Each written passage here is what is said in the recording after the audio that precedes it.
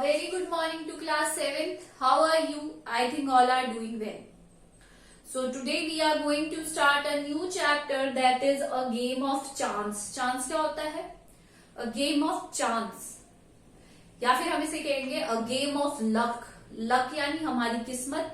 Chance का भी यही होता है मौका. एक ऐसा गेम जिसमें हम किससे जीतेंगे? बाय चांस या फिर हमारे लक से जीतेंगे. So we will start with the warm up. जो वार्म अप होता है उसमें शॉर्ट में समराइज में दिया हुआ होता है what the chapter had.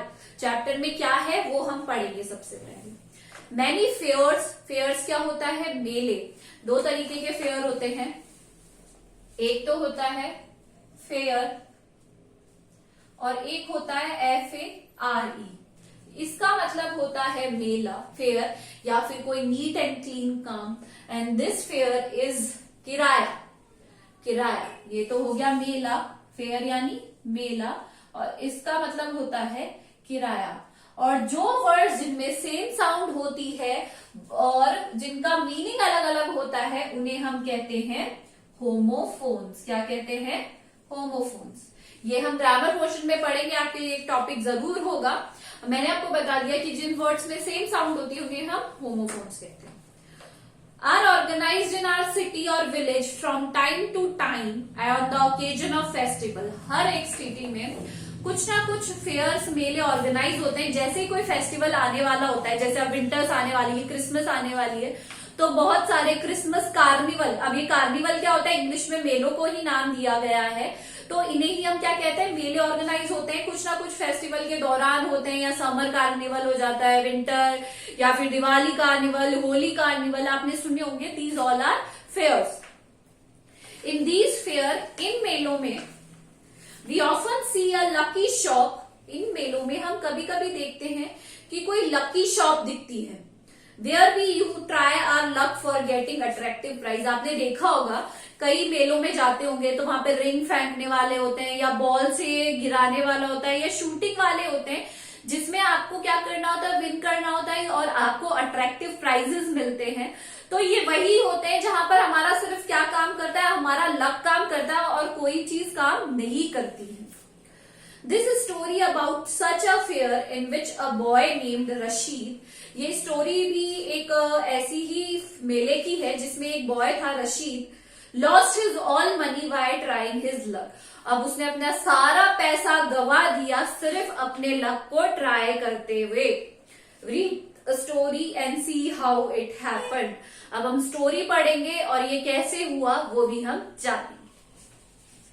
So let's get started. Every year on the occasion of Eid. हर साल ईद के मौके पर there was a fair in our village. हमारे गांव में क्या लगता था? एक फेयर लगता था. Eid was celebrated only one day but the fair lasted many days. Eid चलती तो एक दिन तक है बट जो उसका मेला होता है ना वो कम से कम 3-4 दिन तक चलता है. 2 दिन तो पहले त्योहार आने से पहले लग जाता है और 2 दिन त्योहार खत्म होने तक. तो जो मेला था वो 3-3, 4-4 दिन तक चलता ही रहता था ईद का. Tradesman far from and wide came there with all kinds of goods to sell. अब जो ट्रेड्समैन होते हैं ना, व्यापारी, वो बाहर से आते थे और अपने सामान को यहाँ पर बेचते थे. देखा नहीं है क्या आपने? हमारे भाई यहाँ पे तिब्बती आते थे विंटर्स में अपना वहां से सामान, स्वेटर्स, जैकेट्स और ये लेकर और फिर हमें बेचते थे. वैसी तरीके से मेलों में बाहर से आते. आपने देखी होगी स्टॉल्स होती है कई कई तरीके की, तो वो लोग आते हैं और अपना यहाँ पे सामान बेचते हैं ताकि उन्हें प्रॉफिट हो सके. You could buy anything from a small pin to a big buffalo. आपने देखा होगा कि स्मॉल पिन से लेकर आप बड़े बफेलो तक कुछ भी खरीद सकते हो. मोमडन्स का है तो दी यूजुअली सेल. आपने देखा होगा गोट्स होती है, सारे तरीके के एनिमल्स वो खरीद लेते हैं. तो आपको एक छोटी से पिन से लेकर एक बड़ी बफेलो तक सब कुछ मेले में मिल जाता है. Uncle took me to the fair. Uncle मुझे कहाँ लेके गए? फेयर तक लेके गए. यहाँ पर फेयर में, मेले में किसको कहा गया है? Uncle took me to the fair. कहा, जो राइटर है वो कह रहे हैं कि मेरे अंकल मुझे कहाँ लेकर गए? फेयर में लेके गए. हु वर्कड फॉर भैया who works for us at home came with us. हमारे साथ कौन आए? भैया, अब भैया उनके घर में कोई हेल्प होंगे, हाउस हेल्प होंगे या कोई सर्वेंट होंगे जो हमारे घर में काम करते थे, वो भी हमारे साथ आए। There was a big crowd at the fair, और क्राउड में क्या था, बहुत ज्यादा क्राउड थी, बहुत भीड़ थी फेयर में। अब कोरोना टाइम की तो स्टोरी है नहीं कि सोशल डिस्टेंसिंग हो, right. Uncle was leading us through the crowd when he met a few of his friend. Uncle हमारे आगे आगे चल रहे थे, बहुत हमें लीड कर रहे थे या हमारे साथ साथ आगे आगे चल रहे थे, जब उन्हें उनके फ्रेंड्स मिल गए। रास्ते में कौन मिला अंकल को? उनके friends. They wanted him to spend some time with them, और उन्होंने, इनके जो फ्रेंड्स थे, उन्होंने कहा कि आप आइए और हमारे साथ थोड़ा टाइम व्यतीत स्पेंड करिए। अंकल आस्क्ड मी, अंकल ने मुझसे पूछा, whether I would like to look around the fair with भैया till he came back. Uncle ने मुझसे पूछा, बेटा आर यू कंफर्टेबल, आप कंफर्टेबल हो भैया के साथ घूमने में, जब तक मैं अपने फ्रेंड से मिलकर आता हूँ या इनके साथ थोड़ा टाइम स्पेंड करके आता हूँ, आर यू कंफर्टेबल विद भैया?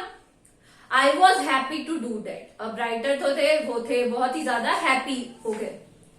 Uncle warned me neither to buy anything nor to go too far out while he was away. अब अंकल ने मुझे कहा कि तुम ज्यादा दूर नहीं जाओगे और कहीं से कुछ भी नहीं खरीदोगे जब तक मैं आ नहीं जाता हूँ। अंकल ने मुझे वॉर्न किया, एक तरीके से मुझे धमकाया कि कुछ भी नहीं खरीदोगे। होता है ना, हमारे अंकल आंटी या पेरेंट्स भी कहते हैं जब तक मैं यहाँ नहीं हूँ यहीं खड़े रहना, कुछ भी नहीं खरीदना, कहीं भी नहीं जाना। In the same manner uncle ने भी सेम किया।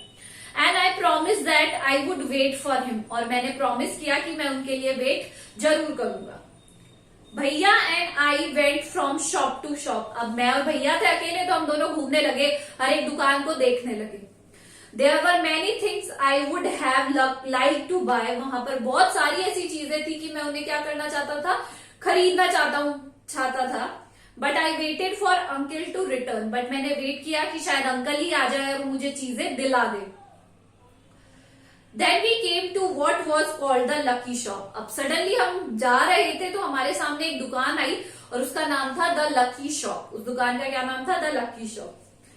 He seemed neither too smart nor too lazy. जो शॉपकीपर था was neither young or nor old. ना तो ज्यादा बूढ़ा था ना ही ज्यादा यंग था। He was a middle aged man, जो बहुत ही मिडिल एज का व्यक्ति था, अप्रॉक्स 40s में होगा अपने। He seemed neither too smart nor too lazy. ना तो ज्यादा चालाक लगा मुझे, ना ही ज्यादा आलसी लगा। He wanted everybody to try their luck. और वो ये चाहता था कि हर कोई अपना लक ट्राई करे। There were discs on the table with numbers from 1 to 10 facing down. मतलब उसने डिस्क रख रखी थी, फ्लॉपी देखी होगी, डिस्क देखी होगी ना फेंकने वाली, वैसी कुछ प्लेट्स की तरह छोटी छोटी डिस्क रखी थी। उन पर 1 से लेकर 10 तक नंबर लिखे हुए थे और उनका नंबर ऐसे उल्टा हुआ था, दिखता हुआ नहीं था। उन्होंने डिस्क को उल्टी रखी हुई थी। All you had to do was to pay 50 पैसा। What you have to do, इसको खेलने के लिए आपको 50 पैसे देने थे। Pick up any 6 डिस्क, और कोई भी 6 डिस्क आपको सेलेक्ट करनी थी। Add up the numbers on the disc and find the total। मान लो आपने 6 डिस्क सेलेक्ट करी है, 1 डिस्क है तो 1 + 2 3, इस तरीके से आपको जो 6 डिस्क थी उनको टोटल को क्या करना था, ऐड करना था। And the article marked with that number was yours, और उन पर जो भी आर्टिकल आइटम होता, कोई टेडी बेयर होता या कोई और टॉय होता, वो आपका हो जाता। ये था उस गेम का रूल। अंडरस्टूड? तो आज तो हम यहीं तक करेंगे। एक टेक्स्ट क्वेश्चन कर लेते हैं जो हमने अभी पढ़ लिया है। Uncle took me to the fair वाला जो क्वेश्चन पैसेज है वो हम कर चुके हैं। तो सबसे पहले ए वाला क्वेश्चन करेंगे। What was the occasion for holding the fair? Fair का ओकेजन क्या था? Eid was the occasion. Fair क्यों ऑर्गेनाइज हुआ था? Because of the Eid. Second है, who did uncle lead to the fair? Lead किसको कर रहे थे? किसके आगे चल रहे थे? हमारे आगे। uncle led to the fair to us, leading us through the crowd when he met a few of his friends. Right, now the question number 3, what did uncle allow Rashid and भैया to do in his absence? Uncle ने हमें क्या कहा कि वो हमें क्या कहा, आप लोग दोनों जाकर, जो पैसेज की 4th लाइन में है, uncle asked me whether I would like to around the fair with भैया till he came back. Uncle ने मुझे परमिशन पूछा, क्या तुम भैया के आने तक यहाँ घूम लोगे आराम से? What things, two things was Rashid told not to do. अब ऐसी कौन सी दो चीज थी जो अंकल ने रशीद को नहीं करने के लिए बोली थी? एक तो कुछ भी नहीं खरीदोगे और दूसरी क्या थी, वहां से जाओगे नहीं. तो ये लास्ट में आएगा. Uncle want me, 1 2 3 4 5th line है. Uncle want me neither to buy anything nor to go far out while he was away. Understood. Now the last E1 is use neither nor in a sentence of your own. Neither और का आपको अपने ही sentence में बनाना है. neither nor का use negative sentence में होता है, मैं आपको बता देती हूँ. सो आपको हार्ड वर्ड्स करने, 1 मिनट करनी और ये पैसेज वाला क्वेश्चन 1 करना. Okay, this is all for today. Thank you.